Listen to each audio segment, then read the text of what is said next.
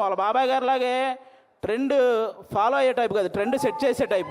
అందుకే 11 మంది హీరోలను పెట్టి ఒక సినిమా అంటే ఖచ్చితంగా ట్రెండ్ సెట్ చేసినట్టే. అవునా? 11 మంది హీరోలు అంటే ఇప్పుడు రీసెంట్గా మన 11 మంది క్రికెటర్లు మన దేశానికి వరల్డ్ కప్ తెచ్చినట్టు ఈ 11 మంది హీరోలు మా నిహారిక గారికి మంచి విజయాన్ని అందించాలని మనస్ఫూర్తిగా కోరుకుంటున్నాను. మనకు 11 అంటే చాలా గుర్తొస్తాయి, కానీ ఈ సినిమా తర్వాత 11 అంటే ఈ 11 మందే గుర్తొస్తారు. అదైతే నేను నమ్ముతున్నాను. కాబట్టి అంటే ప్రతి ఊర్లో ఒక కమిటీ ఉంటుంది. ఆ కమిటీలో కుర్రాళ్ళు ఉంటారు. బేసిక్గా సమస్యను క్రియేట్ చేసేది వాళ్ళే, సమస్యను సాల్వ్ చేసేది వాళ్ళే. అలాంటి కుర్రాళ్ళు అనమాట.